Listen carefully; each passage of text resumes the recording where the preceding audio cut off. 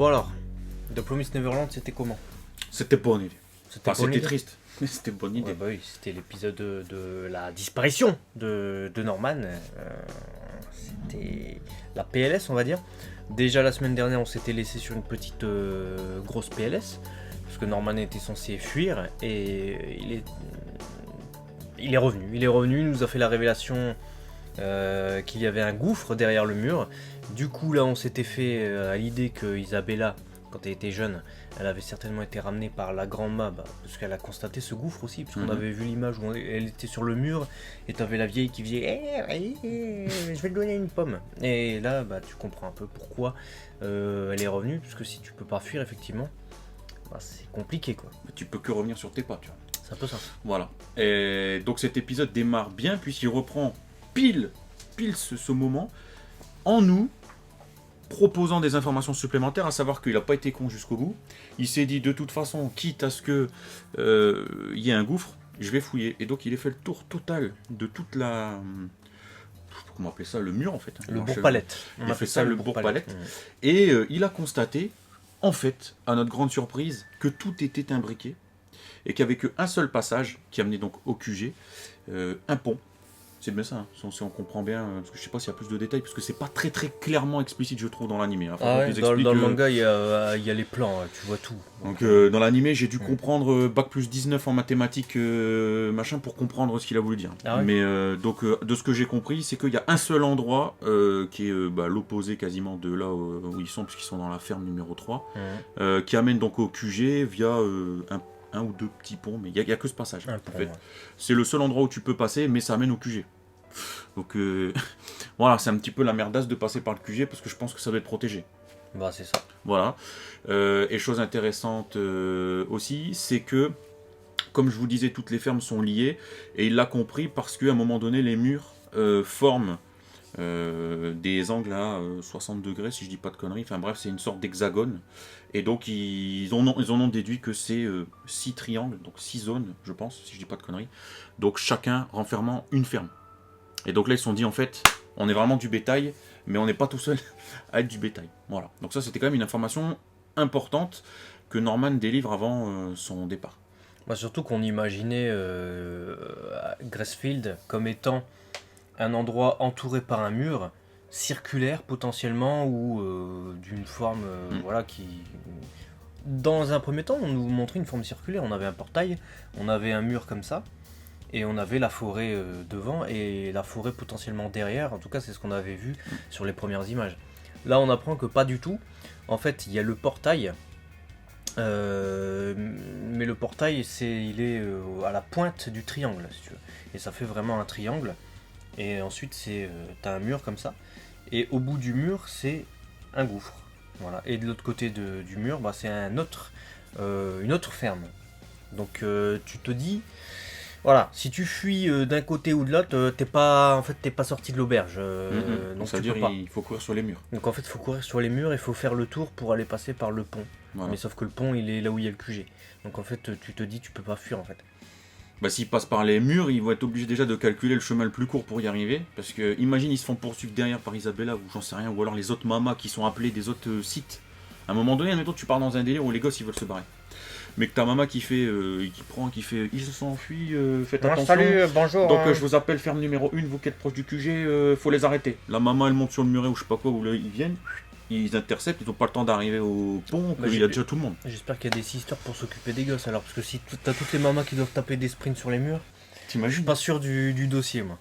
Donc bref, là ça va mettre une autre tension, parce qu'il va y arriver. À un moment donné, si c'est le seul endroit où tu peux passer, il va falloir qu'il y ait quelque chose.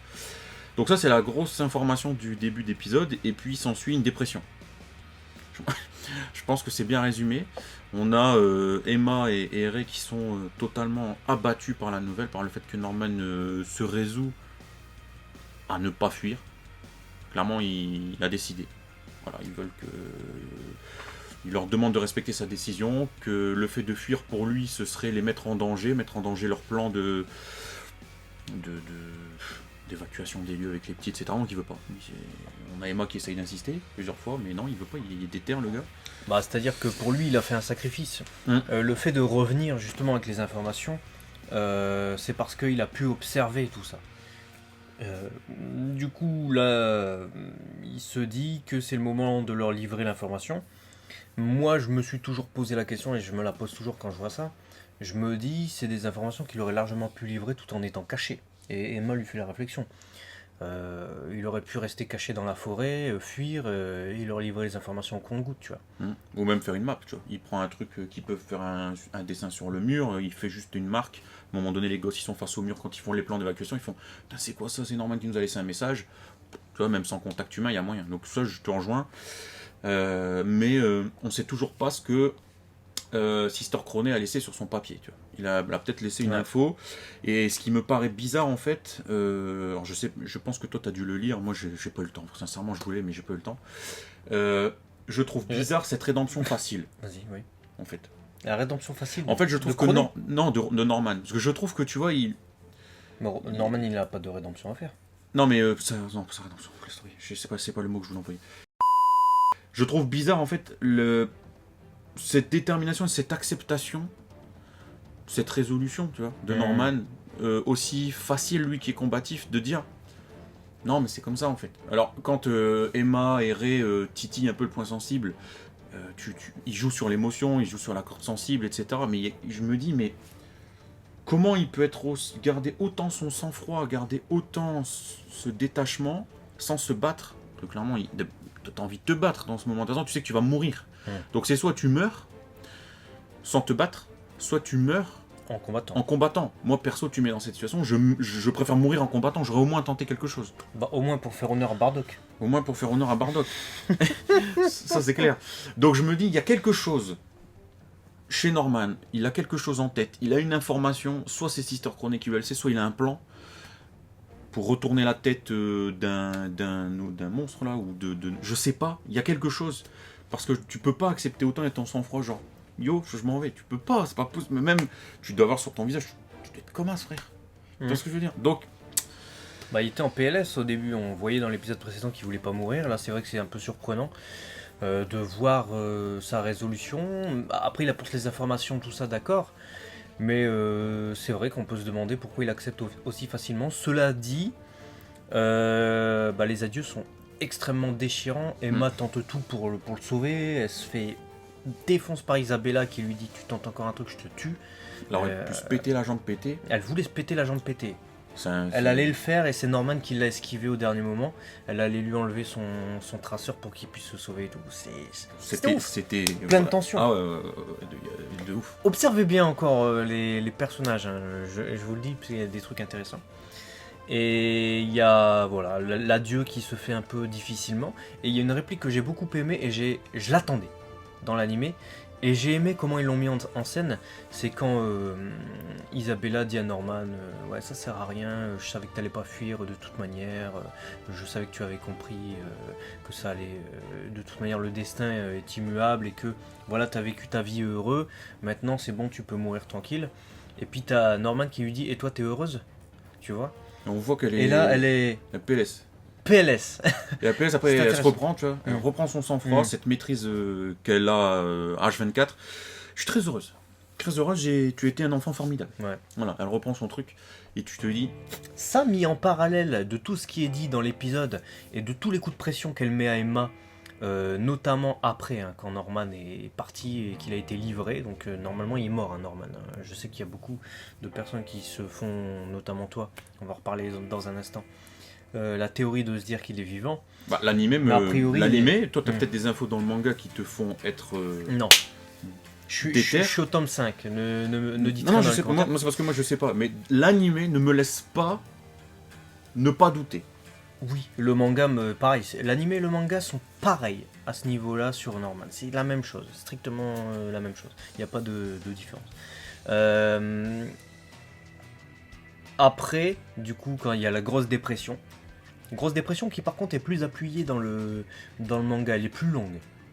Dans le manga, t'es épuisé avec eux. Tu te dis, ils ont vraiment abandonné de fou, c'est fini, ils vont se laisser mourir. Et t'arrives à la date fatidique, tu dis, ouais, Ray, adieu, t'es mort, Ray. Ça m'a fait plaisir aussi. Il va rester que Emma. Et dans l'animé, forcément, c'est un peu plus rapide, puisqu'on voit le calendrier et on voit les jours donc il passe un peu plus vite. Malgré tout, tu le ressens quand même. Ouais, Tu me tu le diras, ressens bien. tu le ressens Ouais, bien. moi je l'ai bien ressenti quand même. J'ai trouvé justement la réalisation assez bonne parce que les plans, et ils ont joué sur des choses, le regard, les cernes, le manque de motivation, les bras ballants, tu vois, qu'il y a un truc, lui qui adore lire. Tu sens qu'il lit, mais tu sens qu'il lit sans goût, sans envie, tu vois, ses bras, les jours passent et les jours se Je crois que ressemblent. le passage où il est comme ça et qu'il regarde un truc, dans le manga, on voit ce que c'est la photo qu'il avait prise de Norman et. On le voit, enfin dans l'anime on voit la photo, mais on voit pas visuellement ce que c'est, mais on la voit de on dos, voit que le dos. et on comprend qu'il... Bah, tu Quand- comprends qu'il regarde une photo de son pote, tu vois. Quand il avait eu le flash, il avait pris une photo d'eux. Et bah, dans le manga, on le voit bien. Mais dans le manga, on voit plus Emma vraiment sur son lit, tu sais, comme quelqu'un qui déprime, tu vois, qui. Vas-y, tu Qui fais plus rien de ta rumine, vie, ouais, tu restes dans ton lit et tu fais plus rien pendant des mois, t'es abattu. Et malgré tout, l'animé est très bien fait là-dessus. Et je voulais en venir à la scène où Isabella, justement, met une claque à Emma sur le plan psychologique, en lui disant vas-y c'est bon, lâche l'affaire, de toute façon t'as compris comment c'était, Tu vas faire tu quoi? pourras rien faire, tu peux pas fuir. Voilà, le mieux que tu puisses faire c'est de devenir mama comme moi, ou en tout cas de tout faire, c'est-à-dire d'accepter au moment où tu vas être livré de faire la formation là, le truc là, et de devenir potentiellement sister ou mama et de revenir ensuite ici. Et c'est ça ton destin. Voilà, tu vas faire un gosse et puis tu seras maman. Voilà, tu peux pas faire autrement. C'est le mieux que tu puisses avoir. C'est Et soit elle, ça, elle ou soit refuse. tu meurs comme une merde. En C'est gros, ça. c'est ça. Et elle refuse évidemment Emma catégoriquement. Et on a finalement Isabella qui lui dit va te faire voir, quoi, grosso modo. Soit. Mais quand même, elle l'entend repleurer. Elle met un temps d'arrêt. Enfin, et elle s'en va. Ouais. Et en fait, cette scène, c'est intéressant que tu rebondis dessus parce que c'est une des scènes peut-être les plus perturbantes, je trouve, psychologiquement, parce que tu te dis, est-ce que ça cacherait pas quelque chose? Parce que Et ça fait un lien justement avec la scène qu'on a vue un peu plus tôt. ouais, C'est pour parce ça que quand je fais tu lien. imbriques le pulse, tu te dis, alors, t'as Norman qui la perturbe, et tu es heureuse, tu vois, elle fait comme ça, et bien elle garde son sang-froid. Comme si elle peut pas dire ce qu'elle pense vraiment, tu vois. Elle est maman, elle peut pas se livrer à un gosse, etc. Donc elle dit rien. Déjà tu dis, c'est bizarre. Tu l'as dit en début de cette review, on a su que elle a voulu s'échapper. Donc ça veut dire qu'elle a constaté quand elle était plus jeune que ce qu'elle vivait ou ce qu'elle voyait ne lui plaisait pas au point qu'elle veuille elle aussi se barrer, au même titre qu'Emma. Donc elle se voit peut-être dans la détermination d'Emma et dans son envie. Sauf que elle, peut-être, qu'à l'époque elle était seule ou que sais-je, et qu'elle s'est... Tu te dis, elle s'est résolue, tu vois. Peut-être qu'à ce moment-là, justement, toute seule, face à tout ça, c'est tout. La grand-mère, elle lui a peut-être foutu le même discours. Le mieux que tu as à faire, c'est soit maman ou je sais pas. Et là, lui, on fait le même discours à Emma. Mais, alors, je sais pas si, tu vas me le dire, je sais pas si dans le manga tu ressens ça, mais on a l'impression qu'elle, dans son discours, ça veut dire... T'es une gosse, t'as 10 piges, tu peux rien faire, cherche pas, par rapport à ce qui se passe en dehors, tu pourras rien faire. Mais si tu deviens maman, t'auras peut-être plus de possibilités de faire quelque chose. C'est moi qui te le dis. Mais je t'ai rien dit, soit tu meurs comme une merde, ou soit tu m'écoutes. Au travers d'un discours qui semble, de prime abord, être totalement... t'as pas le choix, c'est soit ça, soit tu meurs, tu vois ce que je veux dire. Et c'est non dit... Pour toi, c'est un discours protecteur. Ben on j'en sais rien, je suis pas catégorique, je peux pas dire c'est protecteur, je te dis pas que c'est pas protecteur, je dis juste que c'est bizarre. Il y a un truc chez Isabella qui est pas clair, entre son étonnement de son bonheur, entre ce qu'elle a vécu quand elle a voulu s'échapper, entre le fait de dire je vais appuyer ta candidature Emma, alors qu'elle sait qu'Emma ce qu'elle veut c'est s'enfuir. Elle sait qu'Emma elle est déterre là à vouloir se barrer et foutre un sbeul. Et pour autant elle dit je vais appuyer ta candidature pour être maman. T'as envie de dire je vais tout faire pour que tu sois pas maman parce que tu vas foutre un chiotte puisque t'es anti-conformiste par rapport entre guillemets, la société des fermes et ce qui a été instauré comme tel, elle est marginale à mort. Tu vois, elle est là, elle veut foutre en l'air le système. Et pour autant, Isabella, qui a l'air depuis le début d'être celle qui est dure, qui est les règles, c'est comme ça, j'ai aucun cœur, j'ai aucun sentiment. Ah, tu dévies du chemin. Allez, hop, je te dégage, machin. Elle dit à cette meuf, je vais appuyer ta candidature pour être maman. Il y a un truc qui va pas. Il y a un truc qui est pas logique dans son... Mais après, faut pas omettre non plus deux trucs. Elle dit qu'elle aime vraiment son troupeau, parce qu'elle les considère comme tels, hein, en tout cas de ce qu'elle dit. Donc qu'elle les apprécie vraiment. Et moi, il y a 2 épisodes, quand elle est arrivée, elle a dit « Je suis l'éleveuse et vous êtes mon troupeau », tout en souriant et en disant « Oui, mais je vous aime de tout mon cœur, hein. Emma, ça fait longtemps qu'on s'était pas fait de câlin après lui avoir pété la jambe. » Vous savez à quoi ça m'a fait penser? Ça m'a fait penser aux éleveurs. qui disent aimer leurs animaux, vraiment. Leurs cochons, voilà, ils aiment leurs cochons, leurs cochons ils les nourrissent, ils leur donnent des noms, ça c'est Béatrice, ça c'est Roger. voilà, ça c'est Typhon, et c'est mes cochons, je les adore et tout, mais après ils vont quand même les découper en rondelles et les livrer et puis les faire bouffer. C'est pareil, c'est pour moi c'est un parallèle, c'est justement tout ça, c'est pour dénoncer le parallèle il est là depuis le début. Ça te dénonce l'élevage, ça te dénonce tout ce qu'on a avec justement les animaux, la production de. Qu'elle soit de masse ou pas, hein, finalement. Mm. Euh, c'est pareil, je vois la même chose.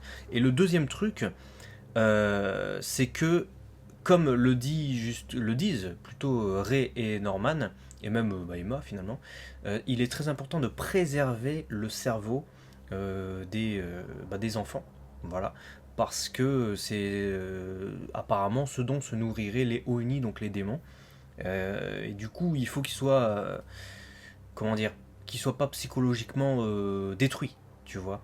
Donc, si Isabella allait dans le sens inverse et qu'elle disait à Emma, ouais, non, je vais te défoncer, toi t'es mort, t'es fini et tout, bah que ce soit dans un sens ou dans l'autre, il y a rien qui va aider Emma, tu vois. Et elle a besoin quand même qu'elle aille mieux au final. Donc c'est vrai que c'est tout le temps sur la ligne et on peut pas savoir Isabella ce qu'elle pensait exactement, quelle est sa motivation véritable du coup. Bah ouais, parce que tu vois, dans cette logique, elle a besoin qu'elle aille mieux, mais dans cette logique, elle dit qu'elle va l'appuyer pour devenir Mama. Mama où du coup son cerveau ne sera pas bouffé. Mhm. Et où le cerveau a moins besoin d'être préservé parce qu'il ne servira pas de nourriture à ses Oni. Et du coup tu peux te dire que c'est pour ça qu'elle y va franco quand même et qu'elle lui dit non tu peux pas fuir c'est bon perds Je vais tout te... espoir et- etc. Quand elle l'attrape un Norman, si tu fais encore un truc, je te tue. Mhm. Je suis désolé, tu fais un de ces stress psychologiques, le cerveau Mhm. il prend, Et il c'est pour prend ça un shot. et c'est pour ça que je me dis qu'en disant ouais tu peux devenir maman t'inquiète, c'est peut-être qu'elle est consciente de ça. Et alors, soit elle veut la protéger, soit elle est consciente de ça et elle se dit bon, là ça va pas être de la qualité top premium alors que normalement c'est censé l'être. Parce que elle, c'est 3 de 12 ans, enfin ils vont vers 12 ans. Norman il a 12 ans parce qu'il est parti. C'est les premiums. Mm. Voilà, ça faut le savoir. Et là, la qualité, c'est pas top top hein, en ce Voilà, moment. donc si elle sert un Tu truc qui est vois. censé être top top qui est pas très Mm. bon, elle se dit vaudrait peut-être mieux qu'il le goûte pas, sinon je vais me faire bim par Bah les je me Oni. dis ça Et du peut-être. coup, autant que j'en fasse une mama, Mm. au moins ils iront pas dans son Bah on cerveau. sait pas, tu vois. Trop de chemins, trop de pistes Il y a possibles. plein de pistes. Et, et tu vois, une des pistes, tu vas dire, Filou, tu vois. Ah, Filou. Et Ça ben, m'attarde, ce qui m'a Filou. fait, c'est quand elle dit, tu seras maman, tu feras un enfant, et après tu deviendras sister ou mama. Mhm. Et je me suis dit, si ça tombe, Filou, c'est vraiment le fils de mama, tu vois. Il en veut pour Filou. Parce que, justement, rappelez-vous, à un moment donné, il y a Filou qui vient, Ouais, et puis tu vois, elle petit fait, Filou tube. et tu vois, elle fait, ah. Alors que les autres, elle a une relation très Ah oui. éducative. Non, c'est pas il vient, c'est elle lui sécher les cheveux et puis il était tout content. Mais c'est vrai que cette scène est assez. Mais cela dit, cette scène, moi, m'a permis de me dire. Elle a. En fait, tu vois Isabella dans son quotidien de maman et agir finalement comme une mère, hein, tu vois. Même si c'est une mère d'adoption, tu la vois agir vraiment comme une mère avec tous les enfants. Et à côté de ça, t'as le contraste où elle vient, elle détruit tous les plans des trois. Donc je pense que c'est pour équilibrer aussi et c'est pour montrer que finalement pour eux tous, c'est quand même la maman du truc, c'est quand même leur mère. En Tu tout vois. cas, on n'est pas au bout de nos peines avec Et on cette apprend œuvre. donc effectivement ce truc de tu feras un enfant, blablabla et tout. Donc il y a pas mal de gens qui sont partis sur des théories. Et puis il y avait quoi? Norman est livré, du coup Rip Norman, et à la fin on a Ray qui est dans une sorte de chapelle, c'est ça? Mm. Moi ça m'a fait penser à une chapelle en tout cas, mais je pense que c'est le réfectoire tout simplement, hein, parce qu'il y a toutes les tables alignées. Ils sont tous en dépression, c'est la veille du jour où Ray va se faire livrer, c'est la veille de son 12e anniversaire, et t'as Emma qui le rejoint, Emma qui est toujours avec ses béquilles, voilà, faut le préciser, donc c'est 2 mois après, parce que Plus de c'était... plâtre, mais en béquille. Ouais. Et donc c'était en novembre que Norman a été livré, là on est au mois de janvier, si je dis pas de la merde. Et t'as, voilà, Norman Rip, Emma, j'ai dit Rebecca, je me trompe de manga, qui va voir, qui va voir Ray, et elle lui fait ah ouais qu'est-ce que tu fais là? Je crois qu'elle arrive, elle lui dit qu'est-ce que tu fais là? Il dit voilà, demain c'est mon dernier jour, je voulais profiter de cette vue je crois. Et là, il pose une question à Emma, il fait dis Emma, En Et- fait. en fait, t'as pas abandonné, t'as pas lâché ta résolution, hein. Il lui dit ça sur un ton un peu... voilà, comme ça, genre... pas grandiloquent, mais tu te dis, il y a un truc derrière. Et puis t'as la réponse d'Emma avec un regard... ending. Et là, j'ai fait, allez, bah, je te dirai pas la suite. Qu'est-ce qui se passe, du coup? Le regard, la détermination dans les yeux d'Emma, tu sens que la meuf, en fait, ça fait 2 mois. Elle a travaillé son cerveau, là, elle est en mode... elle va foutre le bug. Tu penses? Ah bah, Parce que son c'est regard, frère. Je sais pas ce qu'elle va faire, mais là, elle a un plan. Tu Elle penses? a un truc. Je sais pas quoi, mais elle a un Ah, je truc. sais pas. Donc, ouais. Ah ouais, c'est... Très bon épisode. Honnêtement, très bon épisode.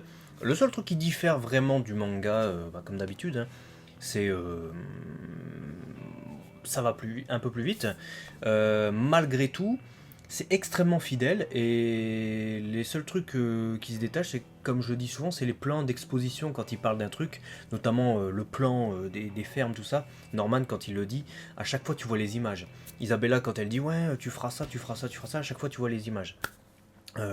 Là, t'as jamais les images parce qu'il y a le postulat de l'animé. Pour moi, je le répète, c'est de nous mettre dans la ferme avec eux. Donc tu ne peux pas savoir ce qui existe à l'extérieur parce que tu l'as pas vu. Donc tu reçois les explications d'un tierce, qui peut être Norman ou Isabella.